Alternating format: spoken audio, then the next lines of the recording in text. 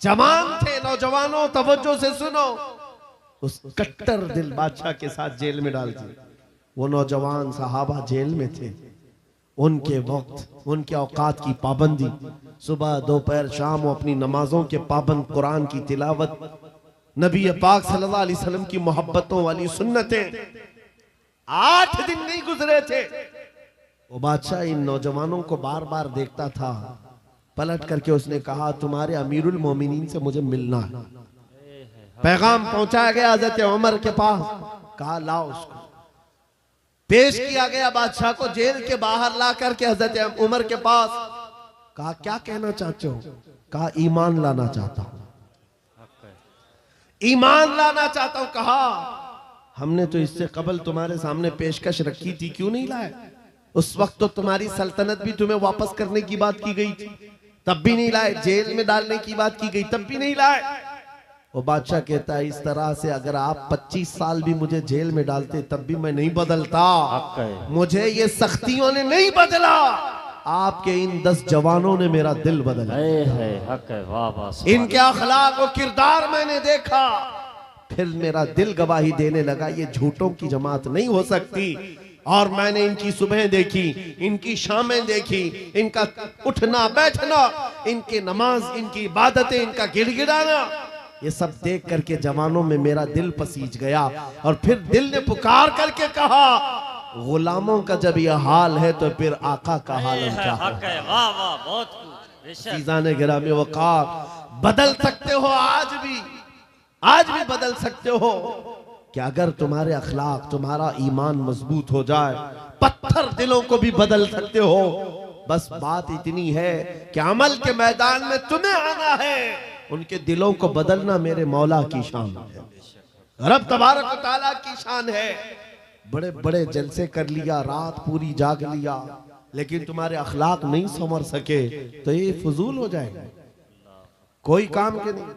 अगर सिर्फ दिखावे के लिए फॉर्मेलिटी अदा करना है तो हमें जलसों में बुलाओ भी मत। हम इस काम के लोग नहीं हैं, हम इस मैदान के लोग नहीं हैं। नहीं, हमारा ये पेशा है कि आपके पास आया, तकरीर किया और कुछ पैसे लेकर चला गया, अपनी कमाई किया। अलायाज़ु बिल्लाह, कभी नहीं। सिर्फ एक दर्द लेकर के चलते हैं कि हमारी जमात में से वो नौजवान किस दिन उठेगा जो इकबाल का जवान था। सुना है कुदसियों से मैंने कि वो शेर फिर होशियार होगा। बस यही दर्द लेकर आप तक, बल्कि बंगाल की खाड़ियों में, बिहार की झाड़ियों में, हर जगह पर सफर इसलिए कर रहे हैं कि कहीं ना कहीं मेरे मौला करीम ने फजल फरमाया और रहम फरमाया उम्मत मुस्तफा पर। हमारा जवान बेदार हो जाएगा, इन गानों को ये लात मारेगा, ये सारे मुजरे करने वाले अखलाक को ठोकर मारेगा और खड़ा होकर दुनिया को बताएगा, मेरे नबी से मुझे इतना प्यार है कि तुम अगर नंगे रहने पर फख्र कर सकते हो तो मैं मेरे मुस्तफ़ा की सुन्नतों पर फख्र करूंगा। अगर तुम्हें चोटी रखने पर शर्म नहीं आती तो मुझे दाढ़ी रखने में क्यों शर्म आए?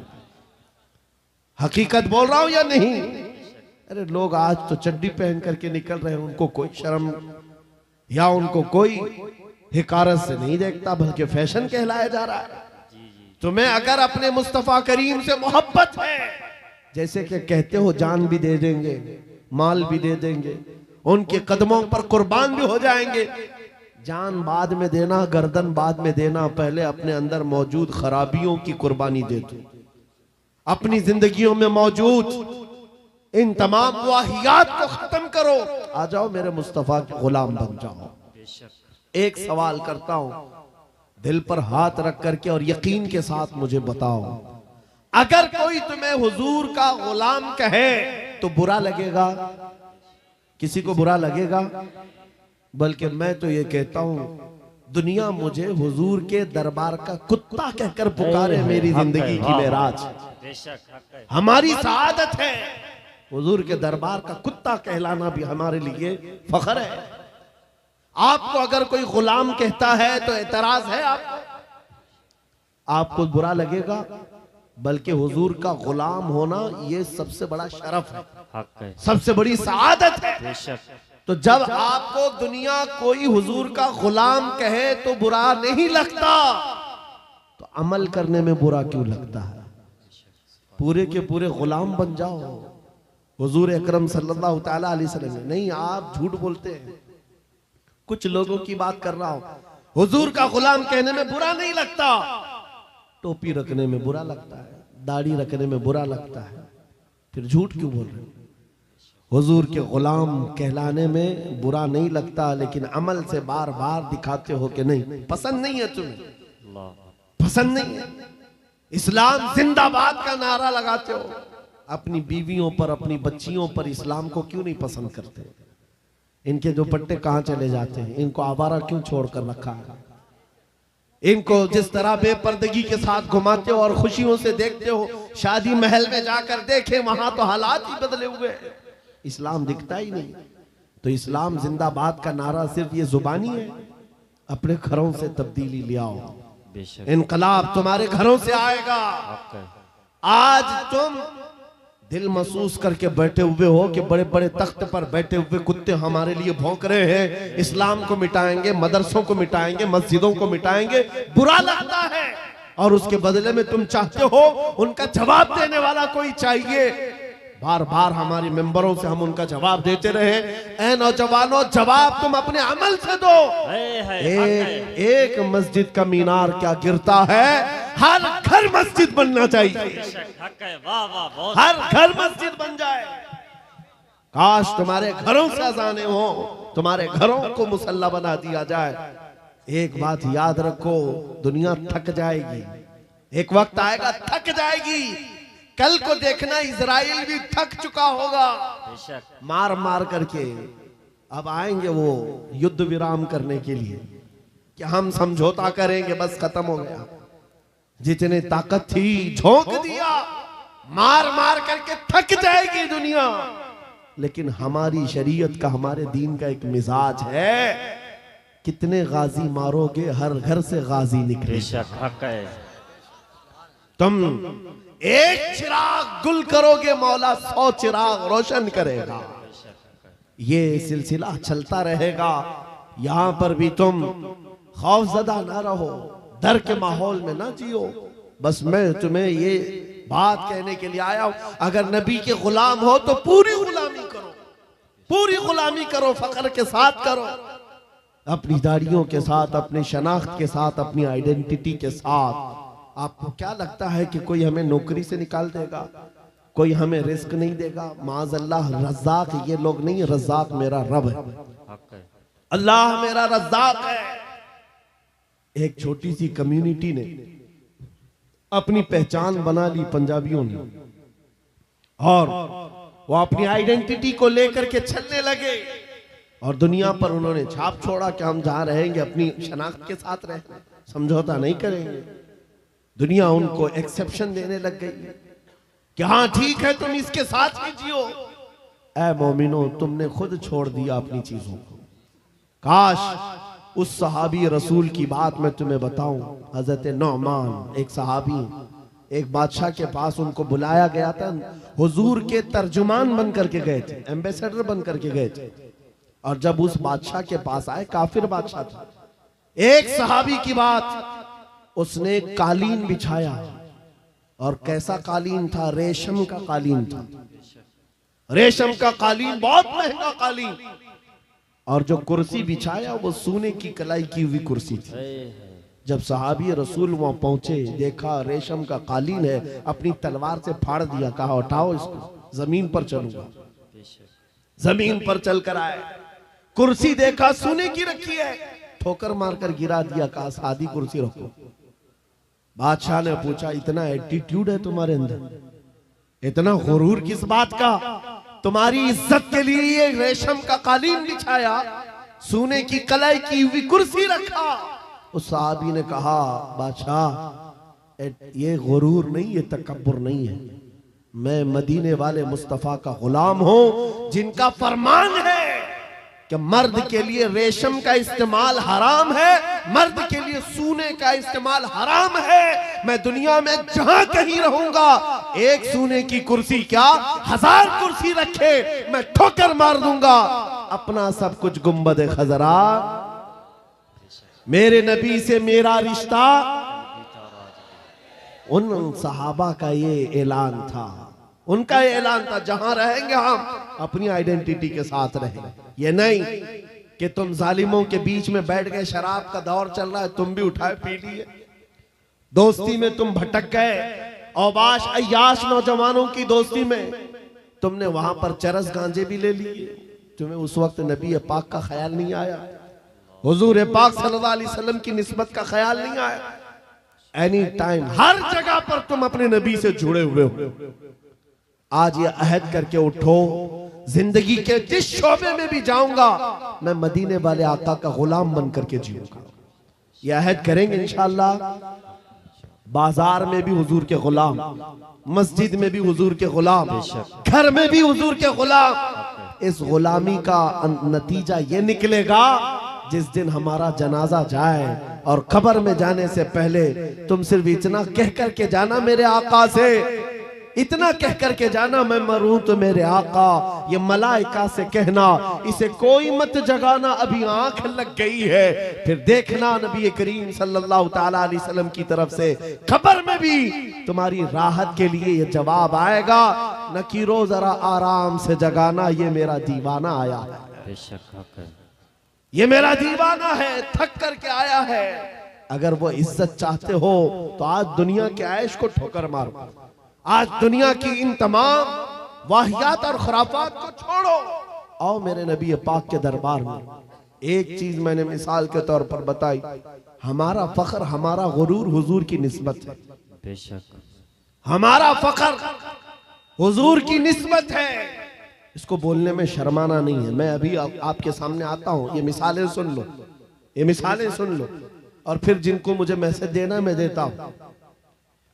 हजरत उमर फारूक रज़ियल्लाहु ताला अन्हु के दौर में किसरा बादशाह के यहाँ का एक कालीन लाया गया था, वो भी कालीन बहुत महंगा, जिस पर बैठ करके लोग फख्र करते थे।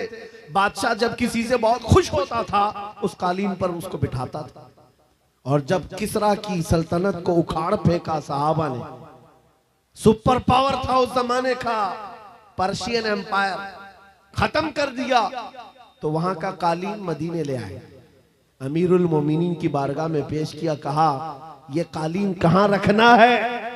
आपने कहा मस्जिद नबवी के दरवाजे के बाहर डाल, तो जो आएगा पैर पोंछ कर आए।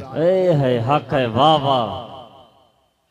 उन्होंने ये नहीं देखा बहुत महंगा कालीन है, मेहराब में लगा दो, वहां से आया हुआ है, वो नबी के हकीकी गुलाम थे, वो इज्जत मेरे मुस्तफा के कदमों में ढूंढते थे। बादशाहों क्या नहीं, वो बताना ये चाहते थे, दुनिया वालों जिस पर बैठ करके तुम फख्र करते हो वो तो मोहम्मद अरबी के कदमों की धूल के लायक नहीं। ये फख्र था, नाज था उन्हें नबी पाक की निस्बतों पर। और कसम खुदा की, जिस दिन तुम्हारे अंदर ये बेदारी आ जाए कि हमें अपने नबी पाक सल्लल्लाहु ताला अलैहि वसल्लम की निस्बत पर फख्र है, दुनिया तुम्हारी आवाजों को बंद नहीं कर सकेगी, नहीं बंद कर सकेगी।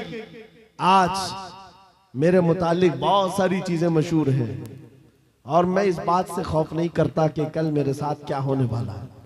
मेरा अकीदा यह है, मौत आनी है तो मच्छर से भी अल्लाह ताला मौत लाए। मौत आनी है, चूंटी और मच्छर से भी आदमी मर जाएगा, और नहीं आनी है तो मोदी योगी से भी नहीं आएगी। है हक है, वाह वाह। नारे तकबीर, नारे रिसालत, जश्न गौसुल वरा, खलीफे हुजूर ताजुश शरिया, खलीफे हुजूर गयासे मिल्लत, नारे तकबीर, नारे रिसालत। ये मिजाज लेकर के चलो, हमारे पास जो दौलत है वो हुजूर पाक की निस्बत है, नबी पाक सल्लल्लाहु अलैहि वसल्लम की मोहब्बत है, लासवाल दौलत है जो हमें बेखौफ बनाती है, जो हमें निडर बनाती है। लोगों के दरमियान ही नहीं, पूरी दुनिया के दरमियान तन्हा रह करके भी नबी पाक का गुलाम अपने आप को महफूज समझता है। वजह क्या है? जिस दिन मौत आएगी अपनी ही चादर ओढ़कर सो जाए, इसलिए कि दुनिया कितने दिन की है। हमारा तो ये अकीदा है, एक ना एक दिन दुनिया से जाना है और कब्र में पहुंचना है। लेकिन असल जिंदगी तो आंखें बंद होने के बाद शुरू होनी, देखनी है हश्र में इज्जत रसूलुल्लाह की। वाह वाह। जब उस दिन मैदान महशर में जमा होंगे, सारे कीड़े मकोड़े भी लाए जाएंगे, अपने वक्त के जबाबरा तागूत ताकत सारे फिरौनी मिजाज के बादशाह भी लाए जाएंगे और खड़े होंगे। उस वक्त की बात होगी मेरे अजीजों, फिर हर कोई हुजूर पाक सल्लल्लाहु अलैहि वसल्लम की तरफ टकटकी बांध कर देख रहा होगा। हर कोई ये सोच रहा होगा, ये लब हिला दे मेरी बख्शिश हो जाए, ये लब हिला दे मेरी बख्शिश हो जाए, मेरी मगफिरत हो जाए, मुझे माफ कर दिया जाएगा। लेकिन मेरे अजीजों, उस दिन के आने से पहले जब तागूती ताकतों को वहां रगड़ा जा रहा होगा, रब का हुक्म होगा, लिमनिल मुल्कुल यौम, आज की बादशाहत किसकी है? लिल्लाहिल वाहिदिल क़हार, एक कहर करने वाले खुदा की है। रब तबारक व तआला क़हार होगा और उसका हबीब उस दिन रहमतुल लिल आलमीन पर होगा। मेरे आका का उस दिन शफाअत का दिन होगा। लेकिन आपको मैं बताऊं, ये बातें इसलिए कह रहा हूं, आज ले उनकी पनाह, आज मदद मांग उनसे, कल न मानेंगे कयामत में अगर मान गया। उस दिन बहुत सारे मानने को बैठे होंगे, बहुत सारे, ये जितने भौंक रहे हैं ये भी सोच रहे होंगे आज इनकी बात कर लें, कल न मानेंगे फिर कयामत में अगर मान गया। आज तुम्हारे पास वक्त है उस नबी की अजमतों को तस्लीम कर लो, आज उस नबी पाक सल्लल्लाहु अलैहि वसल्लम की सच्चाइयों को एक्सेप्ट करो। कल कयामत का दिन बड़ा भयानक भी है, सख्त भी है, और उस वक्त सवा नेज़े पर सूरज हो और लोगों का पसीना उनकी गर्दनों उनकी कमरों तक आया हुआ हो, भेजा पक पक करके कानों से बाहर आ रहा हो, उस वक्त उस दिन मेरे आका फरमाते हैं कयामत के मैदान में मेरी हालत ये होगी, मेरे एक कंधे पर चादर पड़ी होगी। हुजूर फरमाते हैं ये चादर खसक खसक कर कभी गिर रही होगी, मैं एक हाथ से अपनी चादर संभाल रहा हूंगा, दूसरे हाथ से अपने उम्मतियों को पकड़ पकड़ कर जन्नत में ले जा रहा हूंगा। उस दिन मेरे आका की रहमतुल लिल आलमीन होगी और वो तुम्हारे लिए। अब नौजवानों सुनो, हुजूर पाक से एक सहाबी ने पूछा, आका मैदान महशर में बड़ा जम्मे गफीर होगा, आप कैसे पहचानेंगे? बहुत सारे, उसमें मूसा अलैहिस्सलाम की उम्मत भी, ईसा अलैहिस्सलाम की उम्मत भी, इब्राहिम अलैहिस्सलाम की उम्मत भी, इस्माइल अलैहिस्सलाम की उम्मत भी, सारे नबियों की उम्मतें हैं। मेरे आका क्या फरमाते हैं सुनो, तुम्हारे वजू के आज़ा, वजू करते हो कि नहीं करते हो? वजू करते हो? सुनो, हदीस पाक सुना रहा हूं। मेरे आका फरमाते हैं वजू करने के वक्त तुम दोनों हाथ धोते हो और चेहरा भी धोते हो, ये जो दिखने वाले हैं, मसा भी करते हैं और पैर भी धोते हैं। हुजूर फरमाते हैं कयामत के दिन ये आज़ा सबसे ज्यादा चमक रहे होंगे, ये चमक देख करके मैं पहचान लूंगा मेरा उम्मती फला जला। सुभान अल्लाह, हक है, वाह वाह। जो वजू ही नहीं करता वो क्या चमकाएगा कयामत के दिन? वजू ही नहीं करता। इसलिए मैं कह रहा हूं कयामत का मैदान भी मुस्तफा करीम की शफाअत का दिन है। उस दिन के लिए अपने आप को आज बदल डालो। दुनिया भी तुम्हारी है, उकबा भी तुम्हारी है। आज यहाँ सारी खुशियां तो मौला ने दे दिया है, सोने के लिए नींद है, रहने के लिए घर है, पहनने के लिए कपड़े, किस चीज की कमी है? सब कुछ तुम्हारे पास है। एक चीज है दौलत इश्क मुस्तफा का ये चिराग, और इसकी लौ बढ़ा दो, फिर देखना तुम्हारे चेहरों की सदाकत दुनिया को बोलेगी, तुम्हारे चेहरों का नूर गुफ्तगू करेगा। जिस तरफ से तुम गुजर जाओ इश्क मुस्तफा की महक फैलाते जाओ। अजीजा ने गिरामे वक़ार, मैं इस मैसेज के साथ अपनी गुफ्तगू समेटना चाहता हूं, इस मैसेज के साथ कि जितने आज इस्लाम के खिलाफ बोल रहे हैं, ये सुन सुन करके नौजवानों के दिलों में ये बात आने लग गई कि हालात बड़े खराब हैं, अभी कुछ बोलना नहीं। यही तो दिन है बोलने के, यही तो दिन है जवाब देने के। तुम इंतजार करते रहोगे, अच्छे दिन आएंगे तब हम बोलेंगे, और झूठे लोगों के अच्छे दिन कभी नहीं आते। झूठों ने जो अच्छे दिन के नारे फैलाए वो कभी नहीं आते। मैं आपसे कहता हूं मेरे अजीजों, एक मशहूर मुहावरा है, गाड़ी चलाना सीखना हो तो ट्रैफिक में ही चलाना पड़ेगा। तुम अगर इंतजार करते रहो रोड खाली होगा तब गाड़ी चलाओगा, तो तुम इसी तरह रोड के खाली होने के इंतजार में रह जाओगे और ड्राइविंग सीट पर आ भी नहीं पाओगे। भीड़ भाड़ को देखो, ट्रैफिक में ही लेकर उतर जाओ और एक न एक दिन ड्राइविंग सीट मिल ही जाएगी, बैठ जाओगे। आज ऐ नौजवानों, क़ियादत करना है, हालात के अच्छे होने का इंतजार मत करो। जिस तरह के हालात हैं, मुझे इश्क मुस्तफा के साथ खड़ा होना। आज एक बात सुन लो, मैं रुखसत होता हूं।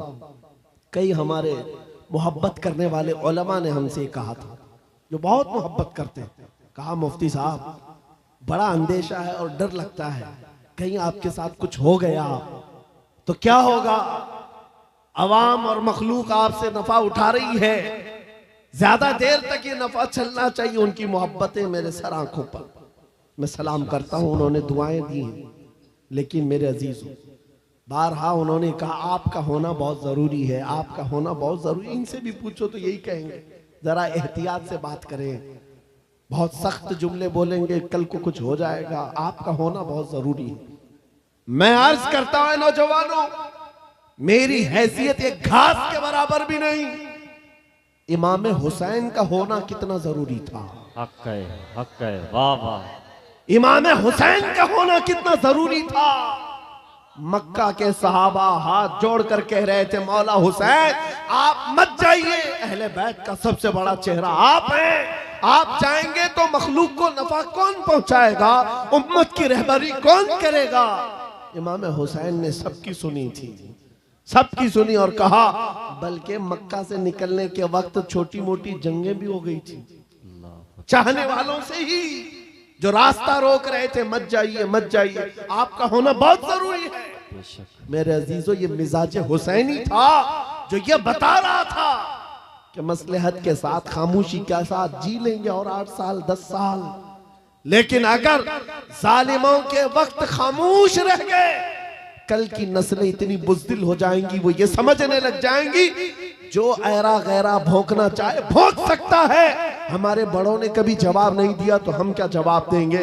अजीजा ने गिरामी वकार, आपका ये गुलाम और ये फकीर सिर्फ इतना जज्बा लेकर चलता है, कल को मुझसे अगर कोई उलझता है, मेरी फांसी हो जाए, मेरी जेल हो जाए, मुमकिनात में से है, मगर इस बात का मैं खौफ नहीं रखता। कल के बाद हमारी नस्लें आएंगी, वो इतनी बात तो जरूर कहेंगी कि जब नबी पाक की शान में कोई कुत्ता भौंक रहा था तो हमारे बाप दादाओं में से कोई आलिम खड़ा होकर जवाब तो दे रहा था। नारे तकबीर, नारे रिसालत, मसलके आला हजरत, मुहाफिज़े नामुसे रिसालत, शेरे अहले सुन्नत, मशाइखे कालपी शरीफ। आने वाली नस्लों का ईमान मजबूत होगा। नौजवान बच्चे कल को ये तज़किरा करेंगे, एक वक्त था जब हर जगह पर हुजूर की शान में, कुरान की शान में, रब की शान में, इस्लाम की शान में ऐरा गैरा नद्दू खेरा बोलने लग जाए। मेरे अजीजों, अगर खामोश मिजाजी इसी तरह की बनाई गई तो आने वाले लोगों के दिलों में ऐसी बुज़दिली आ जाएगी कि कल को ये हुजूर का नाम लेने से भी डरने लग जाएं, कुरान की बात करने में खौफ खाने लग जाएं। नहीं मेरे अजीजों, ऐ नौजवानों, मैं इसलिए चीख चीख करके जा रहा हूँ, इसलिए खुलेआम डंके की चोट पर बोल बोल करके जा रहा हूँ। कटना है तो एक सर कटेगा, लेकिन अकीदा ये बोलता है इस्लाम जिंदा होता है हर करबला के। हक है, वाह वाह। नारे तकबीर, नारे रिसालत, लब्बैक लब्बैक लब्बैक या रसूल अल्लाह, लब्बैक लब्बैक लब्बैक या रसूल अल्लाह। बस बात इतनी है, इस बात का खौफ नहीं, डर नहीं है। इंशाअल्लाहुल अजीज इस दीन का मुहाफिज अल्लाह करीम किसी न किसी को पैदा करेगा और ये दीन चलता रहेगा। लेकिन ये हालात रकम कर दिए जाएंगे, ये तारीख लिखी जाएगी। हुजूर पाक सल्लल्लाहु अलैहि वसल्लम, आपको पता है आज से तकरीबन मेरे अंदाजे के मुताबिक 600-700 साल पहले की तारीख लिखी हुई है। बगदाद के ततारियों की तारीख, जिन्होंने पूरे मुसलमानों को खत्म किया था। बादशाह ने कई उलमा को, मुसलमानों को बेड़ियों में कैद करके लाकर अपने दरबार में खड़ा किया था और उनके सामने एक ईसाई पादरी को लाकर कहा कि इनके नबी की शान में गालियां दो। पैसा देकर के गालियां दिलवाई जा रही थी, गालियां दे रहा था। लेकिन दरबार में बादशाह का एक कुत्ता था जो सोने की जंजीर से बंधा रहता था, और जब वो ईसाई पादरी हुजूर की शान में गालियां देने लगा, बयान करने लगा, कुत्ता भौंकने लगा। दरबारी कुत्ता था, बादशाह का कुत्ता था। ये सही रिवायत है, अल्लामा इब्ने हजर अस्कलानी ने लिखा है। कहा बहुत हो गया तो कुत्ता जंजीर तोड़ करके निकल आया और उसके सीने पर चढ़ गया, दम जदन में फाड़ कर 2 टुकड़े कर। उसकी हैबत ऐसी थी उस कुत्ते की। बादशाह खड़ा हो गया, दरबारी खड़े हो गए, सिपाही खड़े हो गए। ये मंजर देखकर कोई कुत्ते के करीब आना नहीं चाह रहा है। कुत्ते ने किसी और को नहीं काटा, सिर्फ और सिर्फ उस गुस्ताख रसूल को जो नबी की शान में भौंक रहा था। औलिया कामिलीन, उलमाए सलफ सालिहीन ने लिखा है, उस एक कुत्ते के किरदार से दरबार में मौजूद 10,000 लोगों ने इस्लाम कबूल कर लिया था। हक है, वाह वाह। नबी की आजमत को कबूल कर लिया था। 600 साल गुजर गए, 700 साल गुजर गए, लेकिन तारीख में वो कुत्ते का नाम आज भी महफूज है। क्यों? इसलिए कि नबी पाक की नामूस की तरफ उंगली उठाया तो जानवर होकर के भी हुजूर के दिफा के लिए, इज्जत के दिफा के लिए खड़ा हो गया। आज है नौजवानों, तुम तो उम्मती हो, तुम तो रसूल पाक के गुलाम हो। तुम्हारे लिए मेरे आका ने रात रात भर रोए हैं। तुम्हारे लिए बख्शिश का सवाल कितनी मर्तबा मेरे रब से किया है। तुम्हारे बारे में मेरे आका फरमाते हैं, तुम्हारे तलवों में कांटा भी चुभ जाए तो दर्द मुझे भी होता है। तुम्हारा रिश्ता नबी से बहुत गहरा है। तुम जानवर नहीं हो, तुम इंसान हो। तुम्हारे लिए मेरे आका पूरी रात रोते थे, मेराज में रब से सवाल करते थे, उम्मती उम्मती कहते दुनिया से भी आप रुखसत फरमा गए। ऐ नौजवानों, अगर हुजूर की उन यादों का, उन निस्बतों का कुछ पासो लिहाज है तुम्हारे पास तो खड़े हो जाना। ये मत देखना मेरे मुकाबिल में कौन बोल रहा है, मेरे मुकाबिल में कितने बड़े तख्त पर बैठा हुआ है, कौन गुंडा राज कर रहा है, कौन तागूती नमरूद और फिरौन बैठा है। ये हरगिज़ नहीं देखना।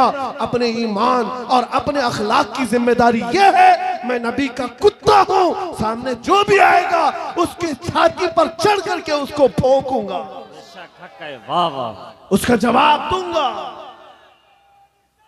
या रसूलल्लाह, या रसूल, आला हजरत, आला हजरत। हमारा ये तेवर, हमारा ये मिजाज सिर्फ और सिर्फ उन लोगों के लिए है जिनके अंदर खुजली ज्यादा है और हुजूर पाक नामों से रिसालत, इस्लाम, कुरान और दीन पर उंगलियां उठाते। बहुत सारे लोग हमारी तकरीरें सुनते हैं, गैर मुस्लिम, नॉन मुस्लिम लोग, पुलिस डिपार्टमेंट वाले लोग भी, उनको ऐसा लगता है भड़काऊ बातें, बहुत प्रोवोक करते हैं। मेरे अजीजों, हम देशवासियों के लिए नहीं, ये सख्त लहजा इसलिए है। मैंने एक पुलिस डिपार्टमेंट के ऑफिसर थे, उनसे कहा था अगर आपकी माँ को कोई बदकार कह दे तो आपको कैसा लगेगा? कुर्सी से खड़े हो गए। कहा क्या मिसाल दे रहे मौलाना मेरी माँ पे? कहा आपको अभी मैंने मिसाल दिया, अच्छा नहीं लगा? सुनिए साहब, करोड़ों माओ से ज्यादा मुसलमान अपने नबी से मोहब्बत करते हैं। हक है, बेशक हक है, वाह वाह।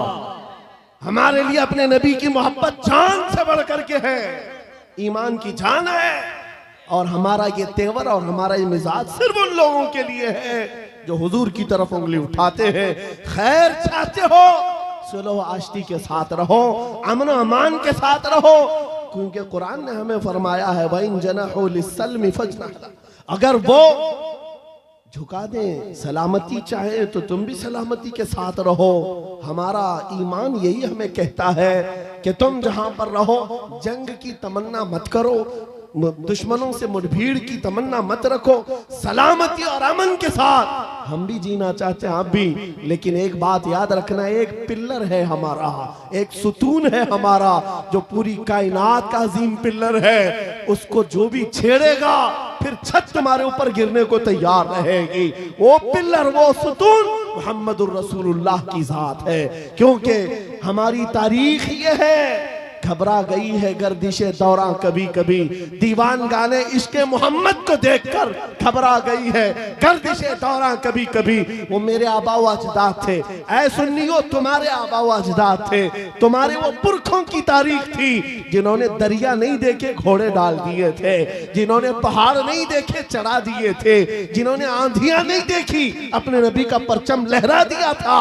टल न सकते थे जंग में अगर अड़ जाते थे, पांव शेरों के भी मैदान से उखड़ जाते थे, हक से सरकश हुआ कोई तो बिगड़ जाते थे।